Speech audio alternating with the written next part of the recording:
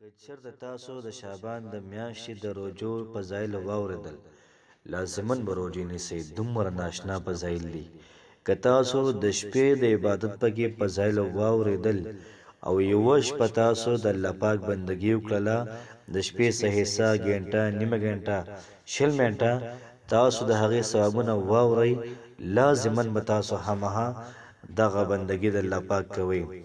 بیا چې تاسو د الله پاک نه خپل حاجات غواړئ، تاسو ته مال غواړئ، دولت غواړئ، پریشانۍ حل کول غواړئ، رشته ته غواړئ، دغه رنګې حج غواړئ، عمره غواړئ، چې سم د الله پاک نه غواړئ محترمو، که رزق غواړئ، که جنت غواړئ، جهنم نه پناه غواړئ، دنیا کې د مشکلاتو، آفاتو، مصایبو نه خلاصي غواړئ، دا وظیفه دا ویډیو دا ستا لپاره ده.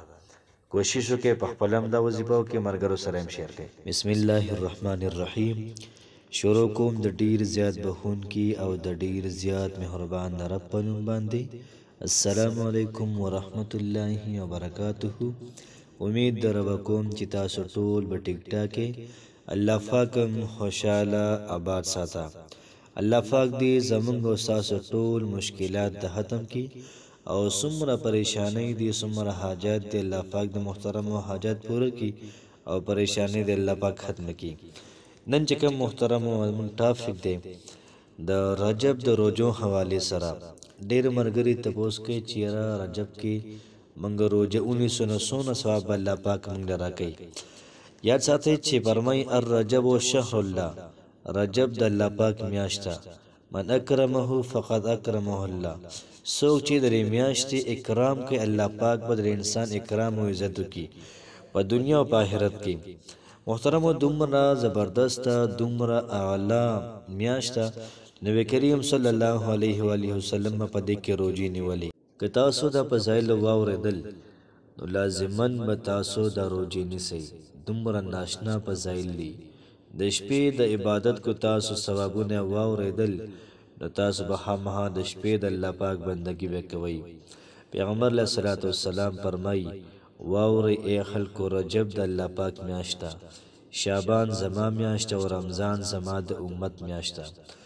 بیا فرمایي د دوانو جهانو سردار چې کوم سړی رجب کې یو روزه ونیسي، فرمایي چې الله پاک به د انسان ته په جنت الفردوس کې ځای ورکړي.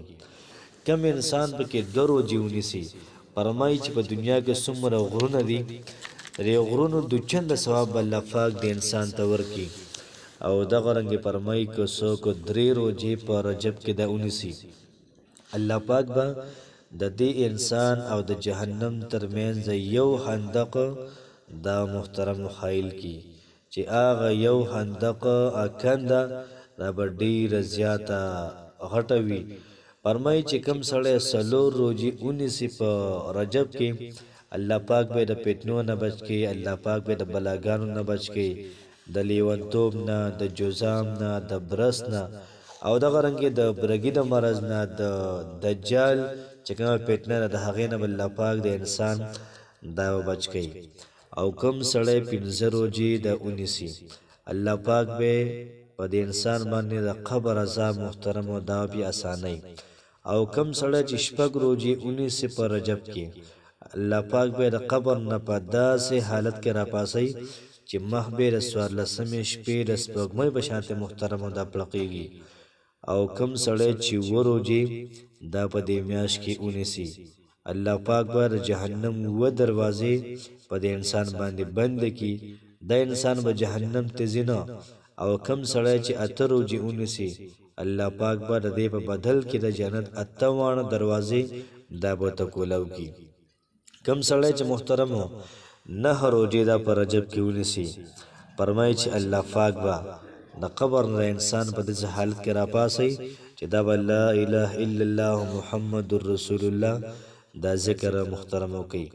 او کوم سړی چې 10 روزې دا ونیسي په رجب کې، الله پاک به د انسان پولیس ورات په پل باندې د بجلی د پړق شانته محترم دا به تیر کی.